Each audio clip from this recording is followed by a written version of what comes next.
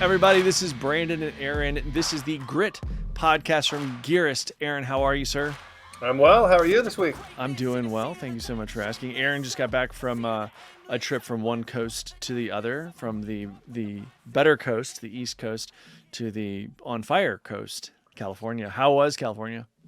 It was beautiful. Yeah, There's something to be said about sunny weather all the time. there is, but it's kind of one dimensional, don't you think?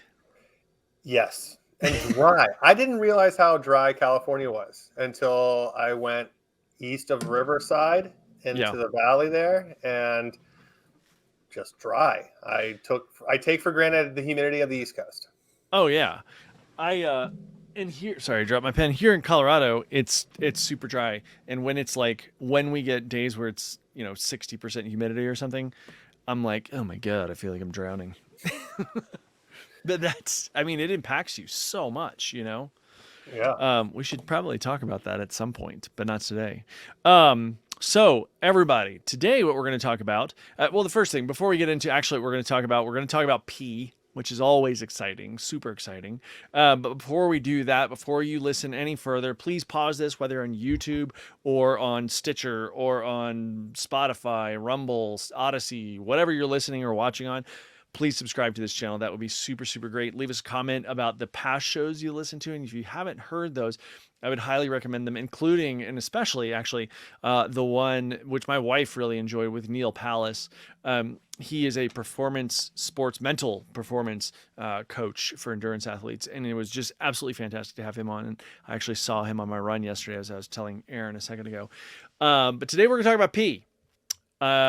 It's a challenge. I mean, I feel like bathroom stuff in an ultra marathon, much less a marathon, much less a 10K, is kind of a challenge. You know what I'm saying? Can be kind of a challenge. And so what I mentioned to Aaron earlier is how is he planning on managing that?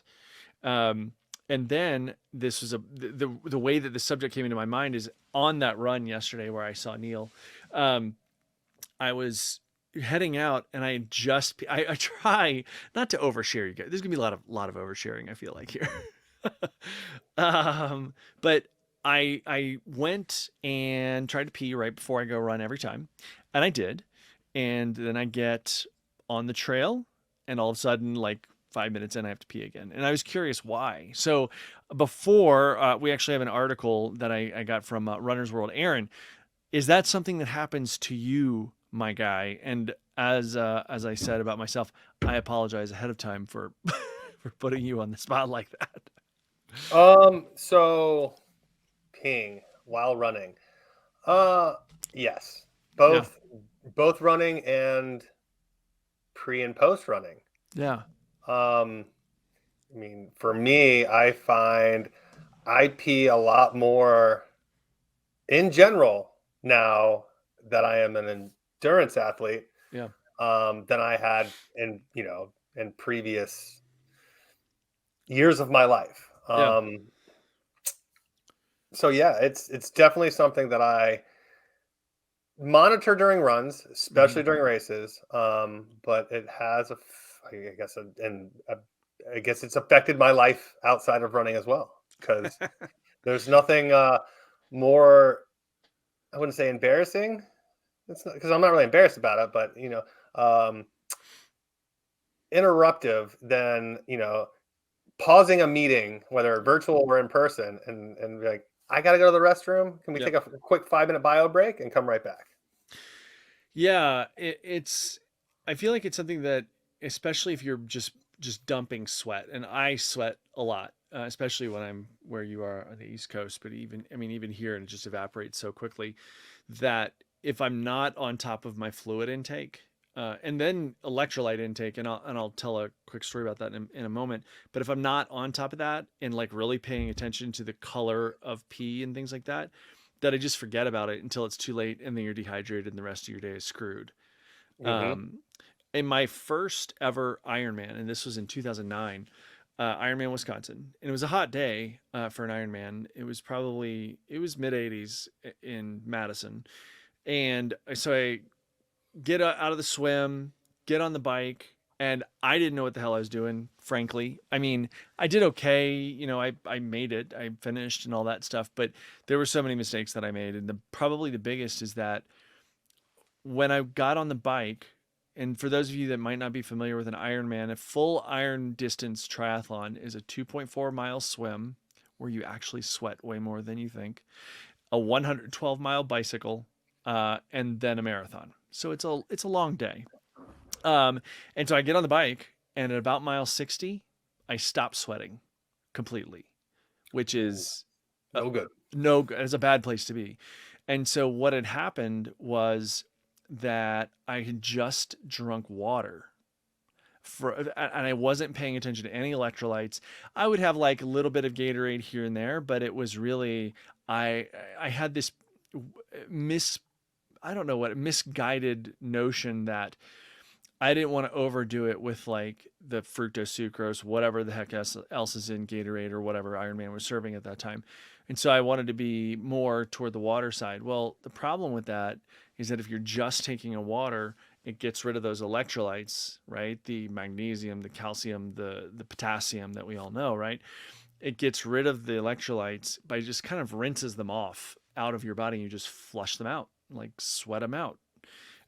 And then without those electrolytes, your muscle cells, your muscle fibers, all those things don't actually absorb water. So what I had done was by drinking straight up water was inadvertently dehydrate myself to the point that I stopped sweating, which is super dangerous. Um, and in that particular instance, I managed to get. I kind of fixed it. I'm not sure how. It's so long ago, I can't really remember. But I got to the finish line of the bike, to T2, and actually saw a friend of mine that I was doing the race with, or he was a little bit behind me on the swim and then on the bike, but caught up to me kind of right at the beginning of the run. And he said, from here on, from about mile 4 on, just drink Gatorade or go 3-to-1 Gatorade to water, uh, with the objective of getting uh, those electrolytes back in my body. And peeing was a part of that, right? I didn't pee from like mile 60 of the bike until probably close to mile 14, 12 to 14 of the run. So you're talking about a span of like 5 hours, right? Mm. And that's not great because it means your body's not processing it. But it was funny because I was taking all this Gatorade and some chicken broth because I have that on the course too and all these things. And then when it hit, dude, I'm telling you, my body started, it was dark, but like my body started just dumping sweat. And all of a sudden I was like, I have to pee, I have to pee, I have to Yeah. pee. And so, I mean, monitoring that is tricky. And so I'm clear though, not for you, Aaron, I know you get this, but for anybody that might be listening, we're not really talking about the incontinence. We're not talking about that. We're just talking about an exaggerated urge to pee when running. So um, let's do this. So I've got this article pulled up, Aaron, and if it's okay with you, I'll just kind of read it. Uh, and it's a question that somebody asked on Runner's World. This is a few years ago. And this person says, Dear Sports Doc, in a recent half marathon, I felt an overwhelming urge to urinate. Couldn't hold out and lost a lot of time hitting the porta potty. But when I got in there, I didn't actually have anything to pee out. My questions are, what causes this urge? Should I indulge it? And is there anything I can do to prevent it? Thanks so much, Maggie. Now, the first thing before I read the answer to this is that I feel like men and women are built differently in the urine department. And I think that part of that is that I'm always amazed that girls seem to always just like, oh, I had to pee, so I just peed a little bit. I have to actually go when I have to go. You know what I'm saying? Like I Yeah, can't. that doesn't make any sense to me. Isn't it so weird? Like women could just magically conjure up pee, and I'm like, how did you do that? It's so strange. Yeah. Um, so the answer, and this is from the whoever is writing the sports doc, Bill, I guess. Bill says, Maggie, you are probably not alone with this problem. There's no simple answer. As you've probably noticed, some people get the urge to pee at the start. Part of this urge to go before or during the race is psychological. Your body is tricked into thinking your bladder is ready to empty. This may be due to changes in the bladder receptors or in the central control of the bladder. For others, the urge comes from drinking too much or at the wrong time before the race, filling the bladder as the race approaches or gets underway. And it can be as simple as being nervous about the race. There's a simple medical disorder called overactive bladder, OAB, associated with frequent urinary urgency and sometimes urge incontinence. It affects about 15% of men and women. OAB is usually related to overactivity of the detrusor muscle in the bladder. Imagine having your racing urge 9 or more times per day and also at night. This problem is more common in older people, especially those with medical problems like chronic lung disease, arthritis, depression, diabetes, obesity, and surgeries in the vaginal or bladder region, but it can also occur in young and otherwise healthy people too. It can also be associated with medications used for many of the common medical problems like hypertension, heart disease, depression, and sleep problems. OAB can also be associated with an underlying urinary tract infection. It's a real lifestyle changer, and many people with OAB become socially isolated. Overactive bladder is often left in the closet, but really should be addressed and evaluated as there are remedies for many of the causes. You most likely have separate from that, you most likely have what I would call stage fright or performance bladder. Neither are generally recognized medical terms. When I was running track, I headed for the bathroom at the first call and the second call for my races. It may have been a race ritual, but I would see many of my competitors there also. I still line up before inline skate races and skated my best times feeling I should stop at one of the porta potties. Maybe it kept me going, but the feeling that you should be stopping to pee does not help you focus on the race. What can you do about this? First, make sure this is just a race or performance related issue. If not, discuss with your physician. If it is race related only, then look at your fluid intake before the race and try to establish the pattern that will decrease your bladder filling as the race starts. Most runners who start hydrated will kick in their antidiuretic hormone and decrease urine production during physical activity. So that's an important point. So there will be less urine rather flowing into the bladder. If you know from experience that your bladder is most likely empty, continuing the race is a reasonable option. Focusing on the race may take away the urge to pee. I hope this helps. Cheers, Bill. Aaron, thoughts?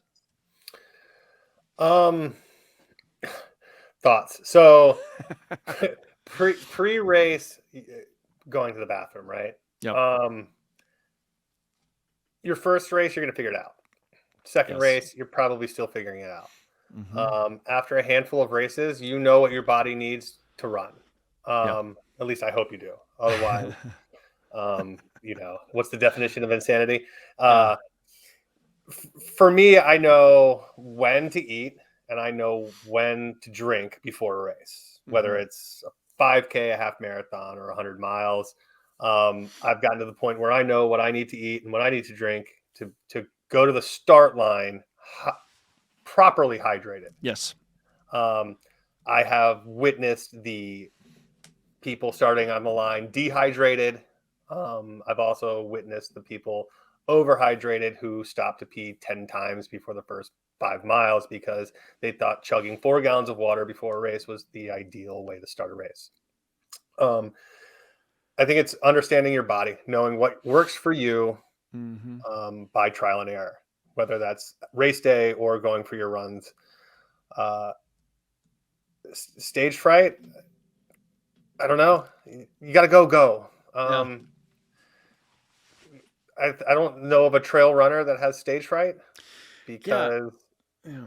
when you have to go, you take 3 steps off the trail and go. Like there's no, it's not like running a city marathon where, you can't just run behind a parked car and pee in someone's bumper, right? Yeah. Yeah. But for the trail world, it's you got to go. Catch as catch can. Yeah, right. I feel like this particular response is really very I don't think that the OAB thing applies to me. I don't think it applies to you. The overactive bladder. That's not what I'm seeing. What I'm seeing kind of based on that are a couple things. Um, it applies mostly to racing, right? His response applies to a Yeah, race. And that sure. would make sense, but like I was certainly not racing yesterday, and the only other person I saw on my entire run was Neil, somebody or my dog, somebody I knew, And so like I don't feel like that really applies. I can certainly see that, the nerves thing. That, yeah, but I think what it sounds like, though, because as he mentioned, your bladder actually produces less urine the more you get into that physical activity. Um, it sounds to me like maybe when I have tried to pee beforehand and I'm still in that not going for a run mindset, I haven't. Maybe I just haven't peed all. I don't know. Maybe I haven't emptied everything, and then when you start bouncing, then maybe it kind of highlights any leftover liquid. Maybe that's the case. Maybe, I don't know.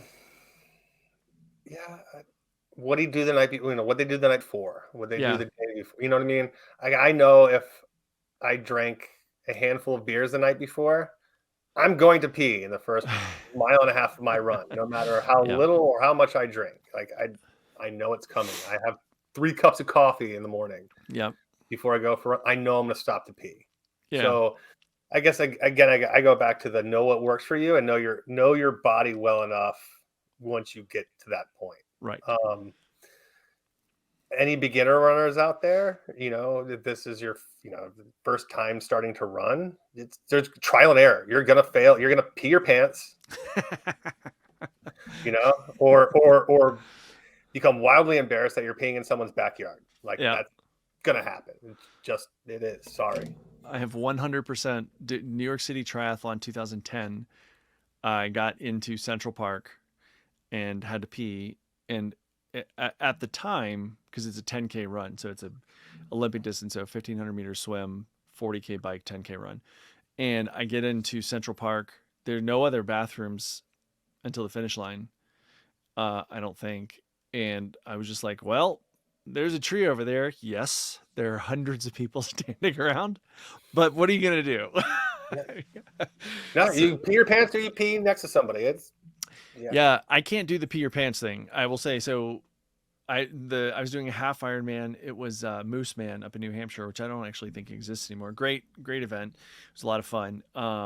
But it was dumping rain. That is the only time that I've peed on the bike, like on the bike. And I think it was like this psychological break. One, if my legs are moving, I can't pee. Right, like I can't be swimming and peeing at the same time because my legs are moving and it shuts down my ability to pee, I Yeah. guess. But on the bike, I was like, well, we're going downhill and coasting, and it's dumping rain, so I might as well pee. It's all just going to get rinsed off anyway. Yeah. I mean, I hear you. I don't think Yeah. I've ever peed my pants while running. Yeah. But again, I'm not shy, so if I gotta go, I don't really care where I am. Well, that's the thing about trail running. I mean, running in general, but especially trail running, like there's this just kind of accepted modicum of dirtiness that you're going to be dirty. I mean, Hmm. whether it's you're going to, especially here where it's dry, that run that I went on the other day wasn't that long. And I get in the shower afterward and I'm just like seeing dirt run down the Hmm. drain, um, because it just gets so dusty and things. And I think that the amount of times you have to pee, and so I guess the point being, if you're somebody who obsessively uses Purell, trail running might not be the sport for you. Yeah, yeah. Be comfortable being gross. Yeah. What I'm going to do now, Aaron, is I have the map right here, and so I'm not going to really put it up on the screen because I can't really share my screen right now. But there are 13 aid stations over the course of the 100 miles of Leadville Trail 100. And I'll actually put a link if you're watching this on YouTube or Rumble or Odyssey. Click the link to the kind of athlete guide there. Um, and it'll show you there'll be a piece that says course/aid stations and cutoffs. Click that and you can see exactly what we're talking about because the aid stations are marked on it. And there are 13 aid stations in all, so I'm guessing they're just under 10 miles apart. Wouldn't you say, Aaron? I I think thought that's there the were, for some reason, I thought there were more than that. I mean, you've got it in front of you. yeah, So, but it's an out and back, right? So correct. I believe there are a couple sections where it's more than 10 and a few sections where it's like around 5 or 6. Yeah, the flatter sections that are probably Yeah. exactly what you're saying. Yeah. Um, And this says there are 13, let's see, there are 13 well-stocked aid stations along the course. Cutoff times for the aid stations do apply. yeah. Um, so with that, and this is kind of like as somebody pacing you, right? Um, what's your expectation? I mean, and maybe I'm like, you're a smart guy, but I don't know where your brain goes. Like that day when I did that Ironman and stopped sweating, like my head was not screwed on right. It would have been great to have somebody sitting there going, Brandon, you haven't peed in 3 hours. And it took my friend Jason to go to me, I think, like I said, at mile whatever on the run and go, hey, dude, stop. You need to now drink Gatorade, take on liquids, but also you need to take on electrolytes. So, are you the kind of person that's going to have that? Or is that something that you need me versus me just kind of doing it by default to be like, hey, man, it's been probably 2 hours since you peed. You okay? Do you need to take on water? Do you need electrolytes? So I'd like to think that I'm a reasonably intelligent human being. Um, What does your wife say though? Just she kidding. would beg to differ. Um, that being said, I've been on both spectrums, right? Yep. I have been well hydrated Mm-hmm. for 30 hours, and I have DNF'd due to dehydration. Uh-huh. Um, I know when I need to go to the bathroom. I Mm-hmm. know when I haven't had enough water. I attempt to start every race thinking every hour I will drink. I carry water on the front Yep. typically. Yep. So 2 liters, one on each side, and I will have one of Tailwind, which is my preferred, liquid nutrition, and one of water. So I will make sure that I've either had all of one or half of both Mm-hmm. at every aid station at the very least, but every hour to make sure that I'm drinking. Yep. Um, if I haven't peed in 2 aid stations, Mm-hmm. um, I may start to wonder. Um, but I'm also a very firm believer of looking at my pee when I go, right? Yeah. So understanding, you know, if it's lemonade, kudos. Yep. If it looks like Coke, you're in deep shit. Yep. Um, so really understanding and monitoring, you know, when I pee, what it looks like. Was it just a little bit? Was it a lot? What color was it? How do you feel? Things like that. So for me, the aid stations with the crew, with you, and the rest of the folks that are joining, it'll be the crew that's going to be there, the folks that I'm bringing to Colorado that are running this race as well. They all are experienced ultra runners. Right. They've been doing it for a lot longer than I have, so they will ask. I don't need monitoring, but at aid stations, hey man, have you peed? Yep. Yes or no? I'm usually the guy that comes into the aid station. Hey, I feel good. I've peed twice since the last aid station, or I feel good. I haven't peed. I'm gonna take a little extra, maybe some Mountain Dew or something just to kind of maybe throw a little jostle in the system, see if I can get myself to pee. Um, but that being said, when it comes race day and after 12 hours, headspaces change, right? Of So course. um, seeing you at mile 62, um, yes, let's ask if I've gone potty Yep. recently. Yeah. How do I feel? How do I look? Yeah. It'll be different out there. I'm sure I'll have a head full of dried salt on my face, Oh just yeah. caked in that stuff. So um, I'd like to think I'm good at it, but environment changes, the elevation. I don't know if that's going to affect it. Yeah. Um, That's you a fair know, point. but I always go into every race with a goal of 2 liters every aid station, march forward. And if I'm not, if I'm running out, I've always bring a bladder, fill the bladder, have three liters on my back if I have to have it. So Yeah. My after that Ironman that I keep referring to, my kind of like emergency situation is always having electrolytes like Endurolites from Hammer or something like that. Always having an electrolyte tablet that if I'm in a pinch, especially if I'm trail running here, like if I'm on a particularly long trail run here, because I'll usually, I mean, I use people send stuff all the time, so I have to use kind of whatever as I'm taste testing it and things like that.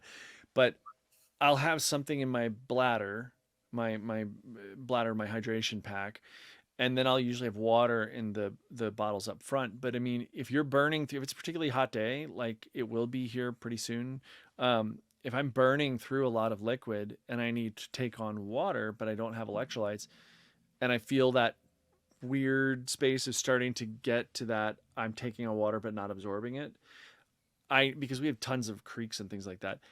I need those that salt. I need those electrolyte tablets. And frankly, man, like I am not above, and I have done this before, going into a McDonald's and getting a salt packet Oh and yeah. chucking that sucker down. Hmm. Like no joke. I one time I went on I was on a long bike ride, like 100-mile bike ride, and it was like 99 degrees. It was stupid. And I'm like I've got like 10 miles to go, like mile 90, and I've 10 miles to get home, and it's getting dark out, and I'm just completely bonking. And I went through, you're in the South, I'm in the West. It's Carl's Jr.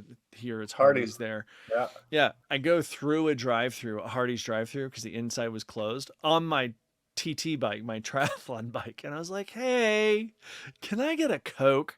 Because, hey, man, Coca Cola, like full octane, full sugar, no diet, no nothing fake. Well, that's a relative term, but full on Coca Cola Classic is a godsend when you are bonking because it's water, sort of. It's sugar. It's a ton of sodium. I mean, it's so good. And it got me through that ride. I'm sure I Oh yeah. crapped my pants later, but that's okay. Yeah. What are you going to do? Yeah. I will say so salt potatoes, right? Yep. Standard at a lot of races. Yep. The first time I realized I needed salt was 50 miler in DC, the North Face that used to do in DC. I don't know why they stopped it. Yeah. Kind of bummed out about it. I was feeling garbage. Water was just pouring out of me, but I didn't feel good. And someone was like, maybe try some salt. Yeah. And so I took a boiled potato on a toothpick and rolled it in it was like a container of salt. Mm-hmm. So and that's what it was there for. I rolled in salt and it looked like a powdered sugar donut, only it was salt covered potato, and ate it. And it was not delicious, but I filled my water up. I took a little swig of broth or something, started drinking my water. In 20 minutes, my day turned right back around. And I was like, this is great. Let's go. Yep. So, like, understanding when you need salt or sodium or sugar is key. Yeah, and I think that so two things. One, I'm gonna put a link to a chart that everybody can look at. Again, check the show notes. There's actually a P color chart from the Cleveland Clinic. See, Aaron's got one up on the screen there. That's exactly. And it both talks about color and consistency and things like that. The other thing is that the way that you're peeing, the way that you're hydrating, the way that you're not hydrating, things like you just talked about, like a potato in salt. That's it, right?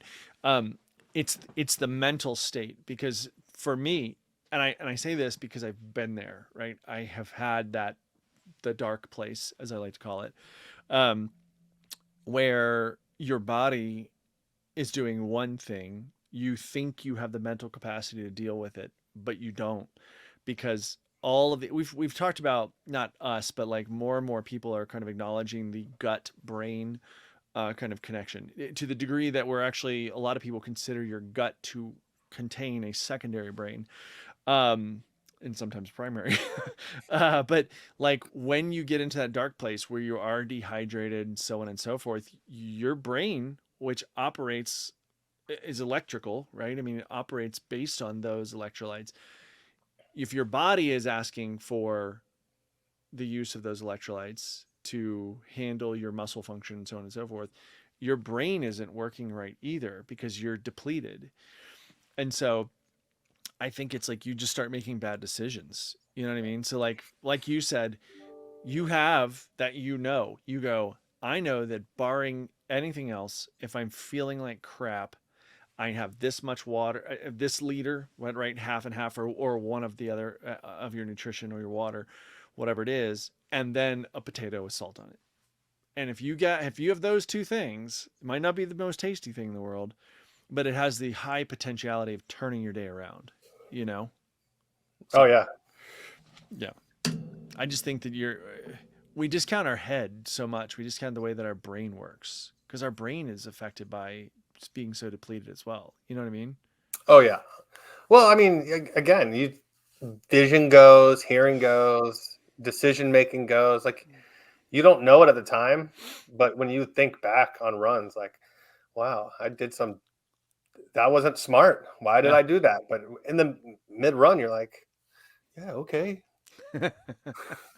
I got this. Or Yeah. when you're signing up for Leadville, you're like, I got this. And then Yeah, yeah. later, Or or yeah, severely dehydrated and you think chugging a full 20-ounce Gatorade's gonna solve it. And then next thing you know, you're just purging purple Gatorade all over the trail. yeah, yeah. I will say I've been fortunate enough that I've never lost it like that. Like I've never puked during a race. And if you'll, as I said, there are going to be some overshares.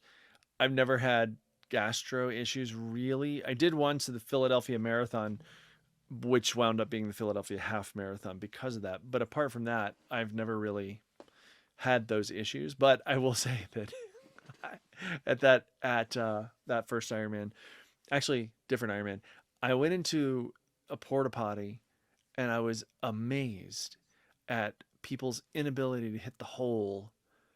And I'm like, why is there? How did you get poo on the ceiling? What happened there? Like, Oh, what was the motivation? yeah. I don't know. Yeah, I mean, I've pooped during Sure. runs. I've pooped Yeah. during races, right? Yep. Um,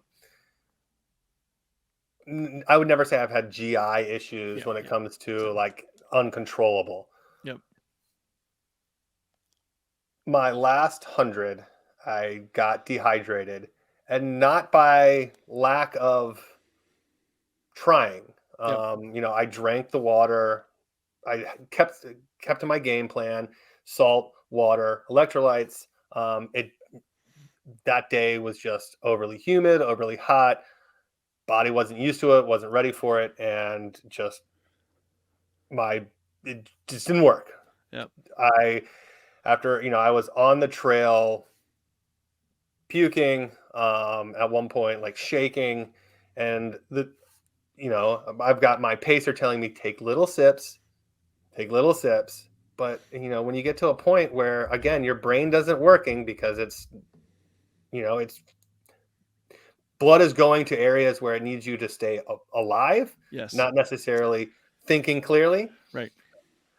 Once little Gatorade hits those lips, you're like, oh, that's so delicious. Yeah. I'm going to drink the whole thing. And Yeah. next thing you know, you're painting a bush purple. You're like, sweet. Well, Yeah. there goes Yeah. everything I just put in my body. I mean, and that's actually the way that you put that a second ago. Blood and energy, quote unquote Yeah. energy, such so to speak, is going somewhere where it's needed. That's why, like, if you think about your body from a frostbite, is much easier to understand, right? Because frostbite, that's why you lose fingers and toes. They're not important. Your heart, Right. your lungs, your brain, those are important. So blood in circulation tends to leave the extremities to preserve the life, right? And it's the same, it's just harder to observe in that case. And like you just said, if you have puked or had GI, if you have diarrhea or something like that, if you have had these kind of extraordinary purges, so to speak, then you kind of have to like mentally reset, mind you, while in the middle of a physical breakdown of sorts. You have to mentally reset and go, great, how much did I just lose? Because not only are you feeling like crap that got you to puke in the first place, but however many ounces of liquid you just puked out and electrolytes, you have to take back on board somehow. You Yeah. know? And if you're started with a deficit, Yep. you know, You're SOL. you're trying to replenish a deficit and replenish what you've just lost. So, Yep. and that's, for me, that's why, and ever since that race, every time I go for a run, I guess I'm overly cautious now to make sure that, okay, what color is my pee? Yep. How am I feeling? How am I sweating? It's 75 degrees outside. I should be soaked in sweat. I'm not. I've stopped sweating. Maybe we stop running and find water. Oh yeah.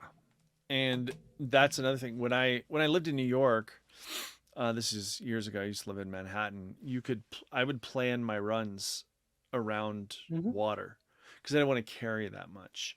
The winter sucked because they would close all the they'd turn off all the water fountains and things like that, and I didn't really wear a hydration pack at the time. Then I moved to Colorado, and you can plan your runs as much as you want, but if you're on a big boy back trail, there's no water. Like I will carry a life straw almost always, because a life straw will get you out of a lot of pinches. Yep. The flow rate is it's fine. It's not great. It's not like a regular water bottle, but guess what? A little bit of water is a lot better than no water. And because there's no such thing as a little bit of dying. This is not the Right. Princess Yeah. Bride who's only mostly dead. Yeah. Yeah. No, it's funny. So I don't carry a life straw, but if I'm not in a race and I'm going backcountry, Yep. I usually carry a bladder with a filter on the end of it. Yep. Yep. Um, Katadyn makes a so great one of those. Katadyn platypus line. They're yeah. great. Yep. So I'll carry one of those. I don't ever fill it unless I have to, but you go up to a stream and everyone's out of water. You can fill that bad boy up. It carries 3 liters. We'll hang it on a tree and fill water bottles up. Yep. Yeah. I saw a guy one time. This was just a hike, but I was coming down off of Long's Peak, which is a 14er here in, actually the tallest mountain in Rocky Mountain National Park. And I was coming down and you're above tree line. And I saw this guy, I think he was from Fort Carson or something like that. He was not wearing his uniform because I don't think you're allowed to do that, but he was wearing like a lot of pretty standard issue military Sure. gear. And so he had this bladder and hydration pack, Camelback, and he's filling it up because up there above tree line, there's what's called the boulder field. And it's just like a mile of boulders. Like some of them are, as big as your head. Some of them are as big as a bus. I mean, there's water that runs under them. And there are a lot of marmot up there and pika, which are the cutest little damn animal in the world. If you've never seen one, they're super cute. I'll actually try to put a link. He ended up with Giardia? He did not. So he was filling it up. And I saw him, and he was just filling it up straight out of the thing. And I went over to him. I was like, "Hey, man, listen, you need to dump that out." I said, "I don't want to tell you what to do necessarily, but you should not drink that water." I said, I carry a pump. When I'm doing a hike like that, I carry like a hand pump. It's by Katadyn. I'll actually put a link to that also, Katadyn, which is it's a great filter. It has actually a really high flow rate, but you have to pump it. And there's like a little float that goes down in the water and all this stuff. It's lightweight, probably half pound or so, and it'll save your life. And this guy was like, "Listen, please use my filter. Let's do this." So we filled him up, but I was like, "Dude, Giardia? Oh my God." Oh. Yeah. You don't want that noise.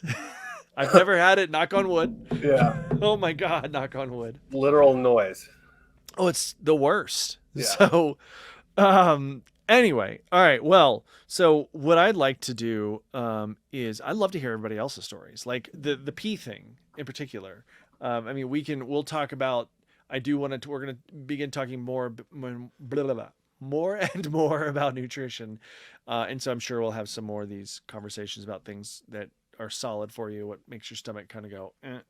But I would love to hear you guys' experiences, and actually men and women in particular, because I feel like men and women are, as we talked about, built very, very differently as it pertains to that. And yeah, I just want to hear what experience do you guys have, not the OAB thing, overactive bladder, but like and not race induced, but like just on your workout. Do you get out there and you're like 5 minutes in, you're like, all right, gotta pee, even though you just peed 5 minutes before that, which makes 0 sense still. Well, yeah, it's interesting. So you put that out there, right? There's there's, I don't know if it's Instagram or TikTok videos around, but like when you see these women weightlifting, right? Yep. And then they pee, Yep. like just from exertion, right? Yep. I've I don't know, maybe it's just me, but I've never physically exerted myself to the point where I peed myself. I've puked. I have physically, when I was swimming in high Sure. school. Yeah. So I've puked, right? By Yeah. running too hard or swimming Yep. too hard, but I've never peed. Yeah, and if you those same videos, those same like they're deadlift videos. They're hilarious to watch, although dangerous because there's like a montage of people, always dudes, it seems, lifting too much in a deadlift and then passing out. Yeah. And when the women do it, there is a tendency, whether it's a deadlift or like a clean or something like that, there's a tendency to pee, but guys puke or pass out or both. Yeah.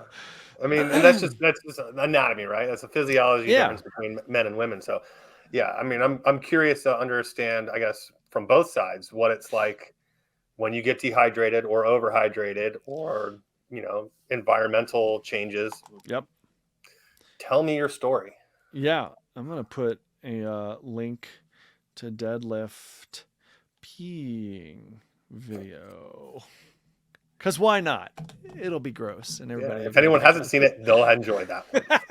Yeah, you guys have fun with that. Yeah. But yeah, tell us your stories, please. Everybody, love to hear them. And that's about it for today's show. Aaron, anything you want to talk about, mention that's coming up, anything like that, before next week? No. All right, cool. Back at it. So Yeah, thanks. man. Thanks for the conversation, and thanks for Absolutely. everyone watching. Like, Yeah. subscribe, comment. Yeah, like, subscribe, and comment, please. Follow Aaron on Instagram. His Instagram handle's ARRONGARROD.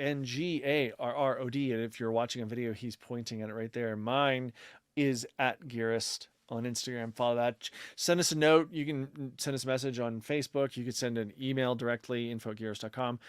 You can also just, find us on the socials. Say, hey, leave a comment in this video, whether it's, again, Rumble, YouTube, Odyssey. Find us on iTunes. Review us. That would be great. Leave a review. It's huge help. Please. Thank you. And guys, thanks so much. Aaron, thank you so much. And we'll see you guys next week. Later, guys. Thank you.